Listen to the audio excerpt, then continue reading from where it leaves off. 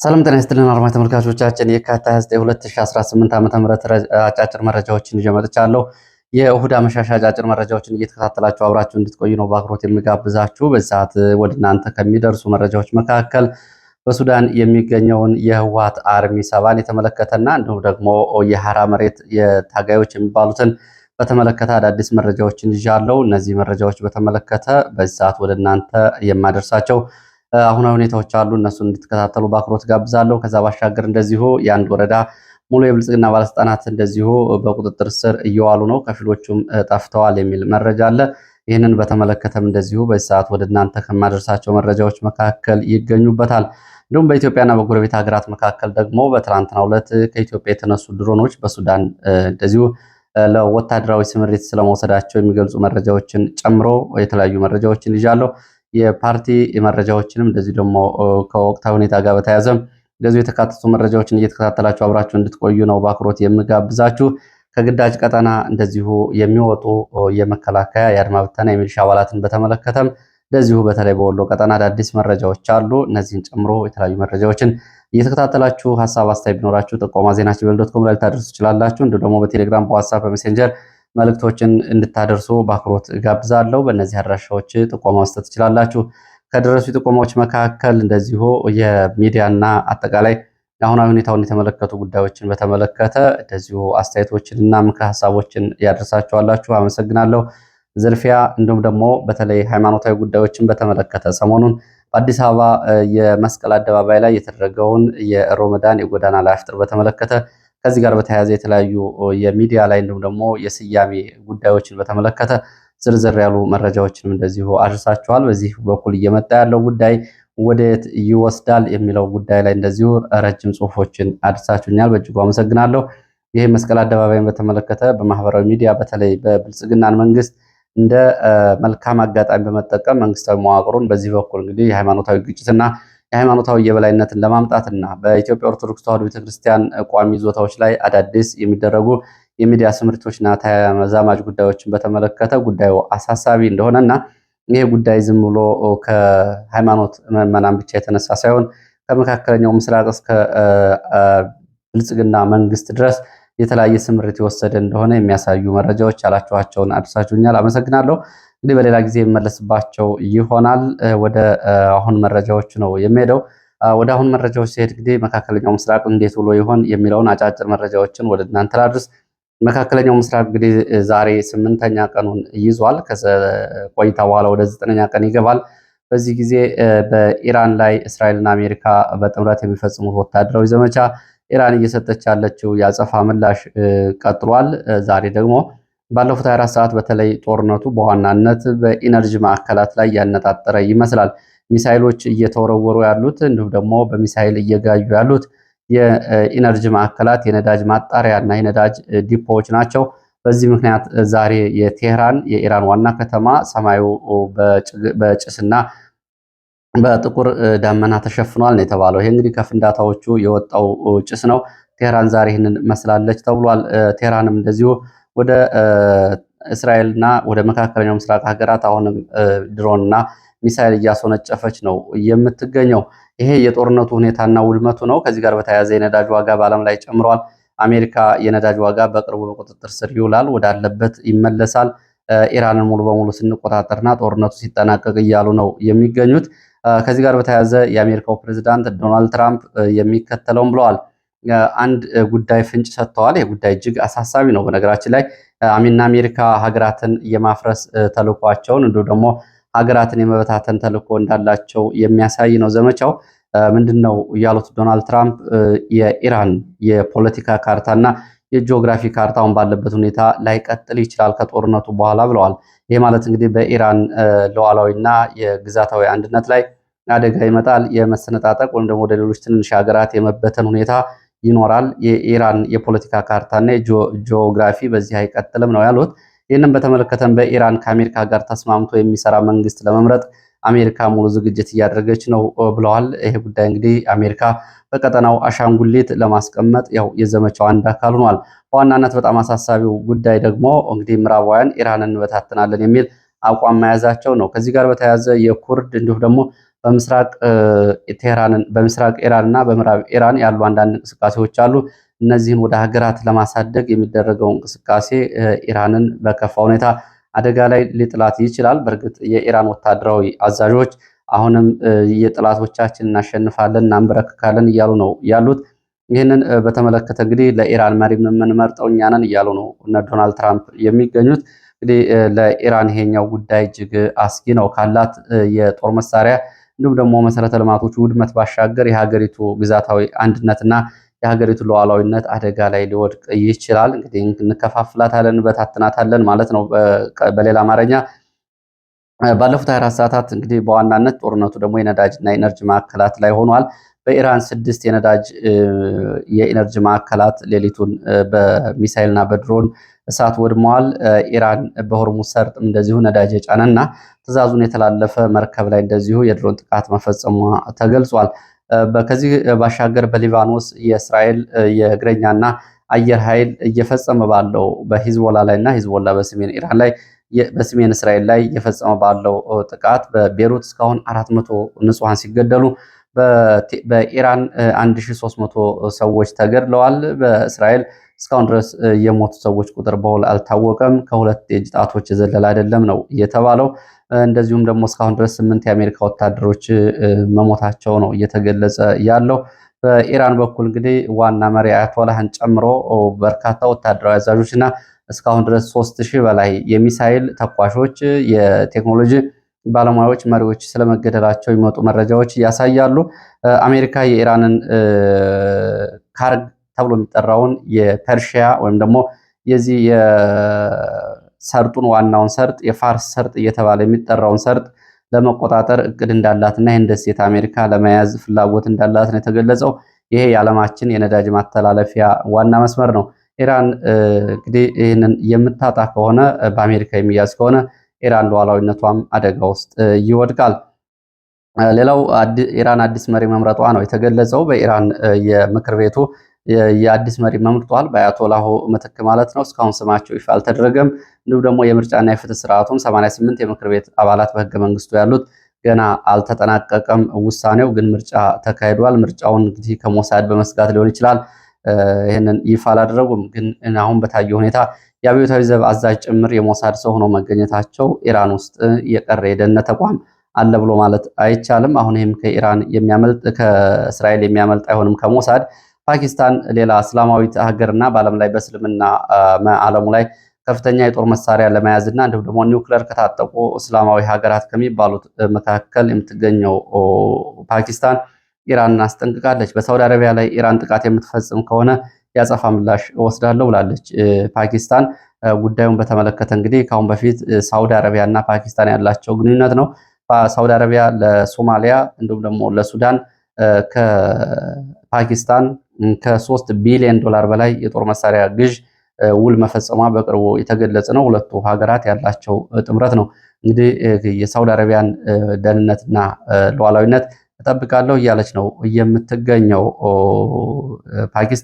ፓኪስታን ከኢራን ጋር እንደዚሁ የገባችው ወታደራዊ ፉክክርና የበላይነት አሁን በዚህ ሁኔታ የሚገለጽ ነው። ከዚህ ባሻገር ደግሞ ዩናይትድ አረብ ኤሚሬትስ የኢራንን የጨው ማጣሪያ ተቋም ማውደሟ ነው የተገለጸው። እንግዲህ በጦርነቱ ላይ በቀጥታ ከመከላከል ወደ ማጥቃት ስለመግባቷ የሚገልጽ ነው። ዩናይትድ አረብ ኤሚሬትስ ግን ይህንን አላጠቃሁም እያለች ትገኛለች። በአሁን ባለው አጠቃላይ ሁኔታ ዛሬም የሚሳይል ዝናብ እየዘነበ ነው የሚገኘው። ኢራንም እንደዚሁ ያጸፋ ምላሽ እየሰጠች ነው የምትገኘው። ወደ ኳታርም ወደ ኩዌትም ይህንን እያደረገች ትገኛለች። ወደ ሌሎች መረጃዎች ስቀጥል ወደ አዲስ አበባ የሚወስድን መረጃ ነው የሚያስከትለው። በአዲስ አበባ የአማራ ብልጽግና ባለስልጣናት አሁን እየተባረር ነው የሚል አቤቱታ አቅርበዋል። የአማራ ብልጽግና ተሿሚዎች የሆኑት በአዲስ አበባ የሚገኙ ከኃላፊነት እየተባረሩ ነው ተብሏል። በተለያየ ምክንያት እየተጠረጠሩ እየተባረሩ ያሉት የብልጽግና የፖለቲካ ባለስልጣናት ብቻ ሳይሆን የጸጥታ ባለስልጣናት እንደዚሁ በጥርጣሬ ከኃላፊነት እየተነሱ መሆናቸውን የሚገልጹ መረጃዎች ወጥተዋል። በፖሊስ እንዲሁም ደግሞ በደህንነትና በመከላከያ ጭምር የስለላ ስራ ላይ የነበሩ የደህንነት ሰዎች ጭምር ከኃላፊነት እየተነሱ ነው የሚሉ መረጃዎች አሉ። በዚህ ሳምንት እንኳ በአዲስ አበባ የሚገኙ ክፍለ ከተሞች በርካቶቹ ከኃላፊነት ተነስተዋል። ምደባም እንዳያገኙ ተደርገዋል ነው እየተባለው። እንግዲህ ከፖሊስ ጋርም በተያያዘ ባለፈው እንደዚሁ ተመሳሳይ መረጃ መጥቶ ነበር። ሌላው ወደ አዲስ አበባ እዛው የሚያቆየን ነው። ኢዜማ ፕሮፌሰር ብርሃኑ ነጋን ከሊቀመንበርነት ስለማንሳቱ ነው ዛሬ መነጋገሪያ ከሆኑ መረጃዎች መካከል አንዱ። በፕሮፌሰር ብርሃኑ ነጋ ምትክ ኢዮብ የተባለ ሰው አዲስ ሰው ሹሟል። ኢዮብ መሳፍንት ይባላል ሊቀመንበር። እንዲሁም ደግሞ ንጋቱ ወልደን ደግሞ ምክትል አድርጎ ስለመምረጡ ነው ኢዜማ የተገለጸው። የመንግስት ሚዲያዎች ለዚህ የፓርቲ የምርጫ ፕሮግራም መርሃ ግብሩን ሽፋን ሰጥተውታል። ያው ብልጽግና አጋር ከሚባሉት ውስጥ አንዱ ስለሆነ አሁን የፕሮፌሰር ብርሃኑ ነጋ የትምህርት ሚኒስተር መሆናቸው ይታወቃል። ከፓርቲ ጋር በተያያዘ እንደዚሁ የፓርቲ መረጃዎች ከወጡ የአብን ሊቀመንበር ዶክተር በለጠ ሞላ የኢትዮጵያን ብሔራዊ ጥቅም አሳልፎ ለመስጠት የሚንቀሳቀስ ኃይል በኢትዮጵያ የፖለቲካ ውስጥ ድርሻ ሊኖረው አይገባም እያሉ ነው የሚገኙት። ቀይ ባህርን ያለ ኢትዮጵያ ሕዝብ ፈቃድ በሴራ ነው ያጣ ነው። ቀይ ባህር የኢትዮጵያ የተፈጥሮ ሀብት ነው። ቀይ ባህርን ያጣንበት ሴራ ተቀባይነት የለውም፣ የህግ መሰረት የለውም ሲል ነው አስተያየቱን የሰጠው። ከዚህ ጋር በተያያዘ ከሁለት ቀናት በፊት እንደዚሁ የኢዜማው መሪ ግርማ ሰይፉ በተመሳሳይ እነዚህ የፖለቲካ ፓርቲዎች በቀይ ባህር ጉዳይና በኢትዮጵያ ሉዓላዊነት ላይ አሳልፎ ለመስጠት የሚሰሩ ካሉ ከፓርቲነት ሙሉ በሙሉ መሰረዝ አለባቸው ብለው ነበር። ይህ እንግዲህ ጉዳዩ መነጋገሪያ የሆኑ ጉዳዮች ነበሩ። ያው እንግዲህ ንግግሩ ከላይ ሲታይ የትኛውም ዜጋ በኢትዮጵያ ብሔራዊ ጥቅም ላይ የሚደራደር ከሆነ ይሄ ብሔራዊ ክህደት ነው። ይሄ የታወቀ ሀቅ ነው። በዚህ ላይ ግን ለማጥቃት ያሰቧቸው በጎንዮሽ የእነሱን ፖለቲካ ተቀባይነት ያሳጡት ኃይሎች በመንግስትና በምርጫ ቦርድ ጡንቻ እንዲመቱላቸው ከመፈለግ እየመጣ ነው። እንግዲህ ከዚህ ጋር በተያያዘ ያው ብዙ አስተያየቶች በየጊዜው እየወጡ ነው የሚገኙት። ከፓርቲ ጋር በተያያዘ እንደዚሁ የፓርቲ ጉዳይ ከተነሳ የትብብር ተብሎ የሚጠራው የፓርቲ ዛሬ የምክር ቤት ተመራጭ እጩ በቁጥጥር ስር ውላለች። ዛሬ ከቀኑ 8 ሰዓት ነው እየተባለው። ይህ እንግዲህ የእናት ፓርቲ፣ የመኢአድ፣ የኢሃፓ እና የአማራ ጊዮናዊ ንቅናቄ ፓርቲ በጋራ በመሰረቱ ትብብር ውስጥ የቃሊቲ ተመራጭ የሆነችው ዛሬ ከ8 ሰዓት በፖሊሶች ተይዛብኛለች ነው የሚለው። ትብብር ለኢትዮጵያ ዛሬ ባወጣው መግለጫ ዛሬ ከቀኑ 8 ሰዓት ቃሊቲ ክፍለ ከተማን በመወከል የምትወዳደረው እጩ ወይዘሪት ኩሪ አሰፋ ዛሬ ከቀኑ 8 ሰዓት በጸጥታ ሰዎች ለጥያቄ ትፈልጋለች ተብላ ተወስዳለች፣ በአስቸኳይ ልትለቀቅ ይገባል የሚል መግለጫ ነው ትብብሩ እያወጣው። እንግዲህ ከምርጫ ጋር በተያያዘ ያው አንዱ የምርጫ አካል ሆኖ ቀጥሏል። የዘንድሮ ምርጫ ከመቼውም ጊዜ በላይ በጣም ዝቅተኛ ትኩረት የተሰጠው ነው። በጸጥታ ምክንያት በተለያዩ ቦታዎች ምርጫ ይደረጋል ለማለት እንደዚሁ አያስደፍርም። በትግራይ ምርጫ እንደማይደረግ እንደዚሁ ታውቋል። አሁን ደግሞ ምርጫ ቦርድ ዛሬ ሪፖርተር ጋዜጣ ይዞት በወጣው ዘገባ በተለያዩ የሀገሪቱ አካባቢዎች የምርጫ ቁሳቁሶችን ለማጓጓዝ የእጀባ ችግር ገጥሞኛል እያለ ነው የሚገኘው። እንግዲህ በተለያዩ የሀገሪቱ አካባቢዎች ያለው ሁኔታ ይታወቃል። ከዚህ ጋር በተያያዘ የምርጫ ቁሳቁሶችን በተመለከተ ያው ለማጓጓዝ አልተቻለም ነው። ለምርጫ መርሃ ግብሮች ላይም እንደዚሁ የፓርቲው አባላትን በፋኖ እየተያዙ መወሰዳቸው ይታወቃል። በላስታ ሰሜን ወሎ ቅዱስ ላሊበላ ከተማ ከቀናት በፊት እንደዚሁ የብልጽግና የአካባቢ ባለስልጣናት የምርጫ መርሃ ግብር ለማዘጋጀት የጠሩትን ፕሮግራም የፓርቲው የፖለቲካና አደረጃጀት ኃላፊ ሌሊት በፋኖ ተይዛ መወሰዷ መሰረዙ ይታወቃል። እንግዲህ ምርጫው እንዴት ይፈጸማል የሚለውን አብረን የምናየው ነው የሚሆነው። በቅሊንጦ በተቀሰቀሰ የእስረኞች የግል ጠብ ጣልቃ የገባው የማረሚያ ቤት ፖሊስ እና ፌዴራል ፖሊስ በተለይ በአማራ ተወላጅ እስረኞች ላይ ድብደባ እንዲሁም ደግሞ እንግልት ፈጽሟል። የተወሰኑትም ከዞን ወደ ዞን ማለት እንግዲህ በእስር ቤት ውስጥ የሚገኙ የተለያዩ ዞኖች አሉ። የደረቅ ወንጀለኞች፣ የፖለቲካ እስረኞች እንዲሁም ደግሞ በዚህ ተዋረድ ለምሳሌ ቅሊንጦ 5 ዞኖች አሉት። በወቅቱ እንግዲህ እንደማስታውሰው ዞን 4 ተብሎ የሚጠራው የፖለቲካ እስረኞች ሲሆን ሌሎች ደግሞ ዞኖች የደረቅ ወንጀልና የተለያዩ ወንጀሎች የፈጸሙ እስረኞች የሚገኙባቸው ናቸው። ወደ እነዚህ ዞኖች መዛወራቸውን የሚገልጽ መረጃ ወጥቷል። በዚህም እንግዲህ 7 እስረኞች ከፍተኛ ድብደባ እንደተፈጸመባቸው ታውቋል። 5 ወደ ተለያዩ ዞኖች ተወስደዋል። ደረቅ ወንጀለኞች ተብለው ወደሚጠሩ ክፍሎች ተወስደዋል። ሌሎች 11 እስረኞች ደግሞ ከቅሊንጦ ወጥተው ወደየት እንደተወሰዱ አልታወቁም የሚሉ መረጃዎች ናቸው እየወጡት። ከዚህ ጋር በተያያዘ እስረኞቹ እንደዚሁ የአምልኮ ስርዓት የሚፈጽሙባቸው እንዲሁም ደግሞ ቅዱስ መጽሐፍትና ለጸሎት የሚያገለግሏቸው ቁሳቁሶችም ተወስደውባቸዋል በፖሊስ የሚል መረጃ አብሮ ወጥቷል። ከዚህ ጋር በተያያዘ እንደዚሁ በአማራ ሳይንት በአትርኖስ ገዳም በተፈጸመው ጥቃት የተገደሉ የገዳሙ አስተዳዳሪና መነኩሳት የቀብር ስነስርዓት ዛሬ ተፈጽሟል። ዛሬ ረፋድ የቀብር ስነስርዓታቸው ተፈጽሟል። የገዳሙ አስተዳዳሪ ከተሾሙ አንድ ወር ያልሞላቸው ናቸው። ትላንትና በመድፍ ድብደባ የተገደሉት። ሌሎች የዲያቆናት አስከሬን ደግሞ ወደ ትውልድ አካባቢዎቻቸው ተልኳል። ዛሬ እንግዲህ ከወጡ መረጃዎች መካከል በጣም አሳዛኙ አሁን በገዳሙ አቅራቢያ ከፍተኛ ስጋት አለ። በዚህ ምክንያት ከ60 በላይ የአብነት ተማሪዎች ተበትነዋል ተብሏል። ተማሪዎቹ ተበትነዋል። አሁን ያለው ሁኔታ እጅግ ተስፋ አስቆራጭ ነው። የገዳሙ አባ ቆሞስን ጨምሮ መነኩሳት ተገድለዋል፣ ዲያቆናት ተገድለዋል።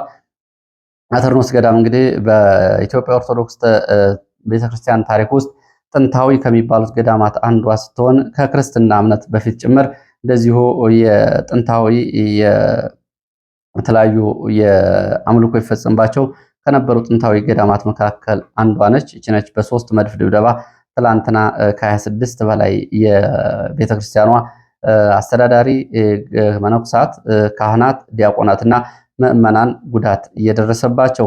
ሌላው መረጃችን እንግዲህ ወደ ግዳጅን በተመለከተ ያሉ መረጃዎች ናቸው። ከግዳጅ ቀጠና የሚወጡ የመከላከያ አድማ ብተናና የሚሊሻ አባላት ቁጥራቸው ጨምሯል። በዛሬው ዕለት እንኳ አንድ የሻለቃ አዛዥና አጃቢዎች ፋኖን ተቀላቅለዋል። ከአድማ ብተናም እንደዚሁ በተመሳሳይ የቡድን መሳሪያ የያዙ ፋኖን መቀላቀላቸውን የወጡ መረጃዎች ገልጸዋል። አጃቢዎቹና የሻምበል አዛዡ ከዛሬ ሲቀላቀሉ ቀደም ብሎ በትላንትናው ዕለት እንዲህ በመቅለላ ቀጠና ያለው ወታደራዊ አዛዥ አጃቢዎች መቀላቀላቸው፣ ዛሬ ደግሞ እንደዚሁ እነዚህ መቀላቀላቸው፣ ከ3 ቀናት በፊት ደግሞ አንድ ሻምበል አዛዥ 25 ወታደሮችን ይዞ ወደ ፋኖ መቀላቀሉ መዘገቡ ይታወቃል። ወደ ህወሓትን የተመለከተው መረጃ ላስከትል። ህወሓትን በተመለከተ በህወሓት ጋር በተያያዘ ከህወሓት ጋር የትጥቅ ትግል አድርጋለሁ ብሎ እየተንቀሳቀሰ የሚገኘው የሐራ መሬት እየተባለ የሚጠራው ታጣቂ ቡድን ራሱን የትግራይ የሰላም ኃይል የሚለው ቲፒኤፍ ወደ ዲዲአር እየገባ መሆኑን የሚገልጹ መረጃዎች ወጥተዋል። ዲዲአር ወይም ደግሞ ወደ ተሃድሶ ማሰልጠኛ እንዲገባ ስምምነት የደረሱት አዛዦቹና ታጣቂዎቹ ወደ ጦላይ ወታደራዊ ማሰልጠኛ ሊገቡ ነው ለተሃድሶ የሚል መረጃ ወጥቷል።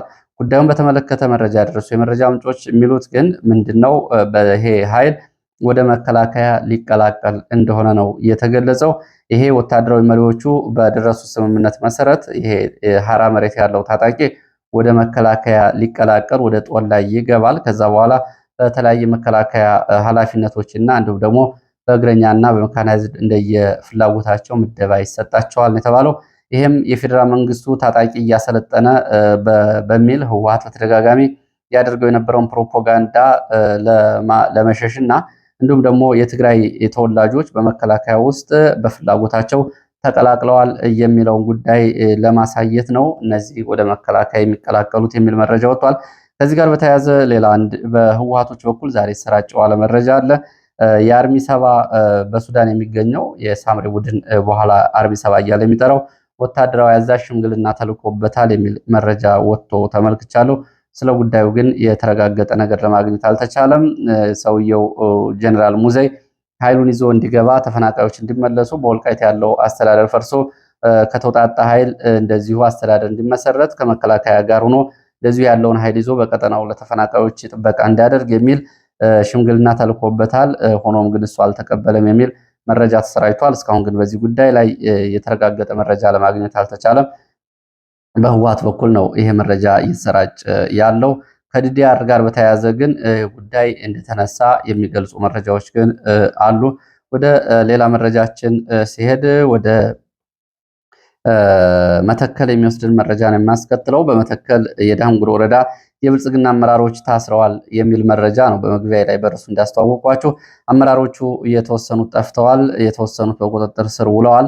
በቤልሻንጉል መተከል ዞን ዳንጉር ወረዳ የወረዳው አመራር ብቻ ሳይሆን ባለሀብቶችና የከተማ ነጋዴዎችም እንደዚሁ በቁጥጥር ስር ውለዋል ነው የተባለው። እስከዚህ ሰዓት ድረስ 8 የወረዳው የብልጽግና ባለስልጣናት የካቢኔ አባላት ማለት ነው በቁጥጥር ስር ውለዋል ይላሉ የመረጃ ምንጮች። በብልጽግና ባለስልጣናት በቁጥጥር ስር የዋሉት በምን ምክንያት እንደሆነ ግን የታወቀ ነገር የለም። አንዳንዶቹ በቁጥጥር ስር ላለመዋል በሚል አምልጠው የጠፉ እንዳሉ ታውቋል። ጉዳዩ ከፋኖ ጋር ግንኙነት አላችሁ በሚል ሊሆን እንደሚችል ይገምታሉ የመረጃ ምንጮቹ። ሆኖም እንግዲህ የወረዳው የብልጽግና ባለስልጣናት በዚህ ጉዳይ ጋር በተያያዘ ስለመታሰራቸው የተረጋገጠ ነገር የለም። እስካሁን ከታሰሩት ውስጥ የወረዳው የብልጽግና ፓርቲ ኃላፊን ጨምሮ ሌሎቹ ይገኙበታል ነው ያሉት። በዚህ ጋር በተያያዘ እዚህ አካባቢ በነገራችን ላይ እንደዚሁ ሌላም የማንነት ጥያቄ በሚል ታጣቂ የሚያሰለጥኑ የብልጽግና ባለስልጣናት አሉ። እነዚህ አንዳንዴ በጀኔራሎቹ ይደገፋሉ። በተለይ እዚህ አካባቢ የአገው ነፃ አውጪ በሚል የሚያደራጁ አሉ የአገው ሸንጎ ታጣቂዎችን። ከዚህ ጋር በተያያዘ በተደጋጋሚ አንዳንዴ ድጋፍ፣ አንዳንዴ ደግሞ ተቃውሞ ሲቀርብባቸውም ነበሩ። ሰሞኑን ዳንጉር እና ዚጃዊ አዋሳይ ላይ በድሮን በተፈጸመ ጥቃት እንደዚሁ ሽማግሌዎች ላይ ጉዳት መድረሱ ይታወቃል። እንግዲህ ለዚህ ሰዓት ከተለያዩ አካባቢዎች ማሰባሰቢያ ያስኳቸው መረጃዎች እነዚሁ ነው። ተጨማሪ ደግሞ በሰሜን ኢትዮጵያ ካለው በተለይ በትግራይ ካለው ሁኔታ ጋር የወጡ መረጃዎችም አሉ። ነዳጅ ጉዳይ ነው። የነዳጅ ጉዳይ በትግራይ አሁን በከፍተኛ ሁኔታ ነዳጅ እጥረት መኖሩን የሚገልጹ መረጃዎች አሉ። ነዳጅ ከመሀል ሀገር ወደ ትግራይ በኮንትሮባንድ እየገባ ሲሆን እንዲሁም ደግሞ ከትግራይ ወደ ኤርትራም እንደዚሁ ነዳጅ በኮንትሮባንድ እየተሻገረ ነው የሚሉ መረጃዎች አሉ። ከህዋት ጋር በተያያዘ እንደዚሁ በትግራይ ውስጥ የደሞዝ መቋረጥ፣ በትግራይ ውስጥ ያለው እንደዚሁ ደግሞ የጤና ሁኔታ እየተባባሰ መምጣት እንግዲህ በትግራይ ካለው ሁኔታ ጋር በተያያዘ እየተሰሙ ያሉ መረጃዎች ናቸው። ለሰዓት የነበሩ መረጃዎች እነዚህን ይመስላሉ። ስለተከታተላችሁ በእጅጉ አመሰግናለሁ። በሌላ ተመሳሳይ መርሃ ግብር እስከምንገናኝ ድረስ ይቅርታ፣ አንድ መረጃ ልጨምር። ይሄም መረጃ ምንድን ነው? በምዕራብ ኢትዮጵያን እንዲሁም ኢትዮጵያና ሱዳን የተመለከተ መረጃ ነው። በምዕራብ ኢትዮጵያ ከቤንሻንጉል የተነሱ ድሮኖች በሱዳን ወታደራዊ ይዞታ ላይ ቅኝት ማድረጋቸውን የሚገልጹ መረጃዎች ወጥተዋል። በኢትዮጵያ አቆጣጠር የካቲት 28 ከቀኑ 8 ሰዓት ከአሶሳ አየር ማረፊያ የተነሱ ድሮኖች በሱዳን ቀጠና ውስጥ የሱዳን ወታደራዊ ይዞታ የሆኑ ቦታዎችን እንደዚሁ ቅኝት አድርገዋል ነው የተባለው። እነዚህ የአርኤስኤፍ ሳይሆኑ አይቀሩም የተባሉ ድሮኖች ከኢትዮጵያ መነሳት ይህን አድርገዋል። ቀደም ብሎ ከዚህ የተነሱ ድሮኖች ጥቃት አድርሰውብኛል በሚል የሱዳኑ መሪ ጀነራል አልቡርሃን ከኢትዮጵያ ጋር ያላቸው ግንኙነትን እንደሻከረና አምባሳደሩን በአዲስ አበባ በውጭ ጉዳይ ሚኒስትር ስለመጠራታቸው ሱዳንም ከዚህ ጋር በተያያዘ ወታደራዊ ዝግጅት እያደረገች እና አጸፋ ለመስጠት ዝግጁ ነኝ ማለቷንና በቋራና በሁመራ ትይዩ ባሉ አካባቢዎች ሱዳን እንዳውም እግረኛ ኃይል ስለማንቀሳቀሷ የሚገልጹ መረጃዎች ወጥተው ነበር። እነዚህ ናቸው የዚህ ሰዓት መረጃዎች። ስለተከታተላችሁ በእጅጉ አመሰግናለሁ። በሌላ ተመሳሳይ መርሃ ግብር እንገናኛለን።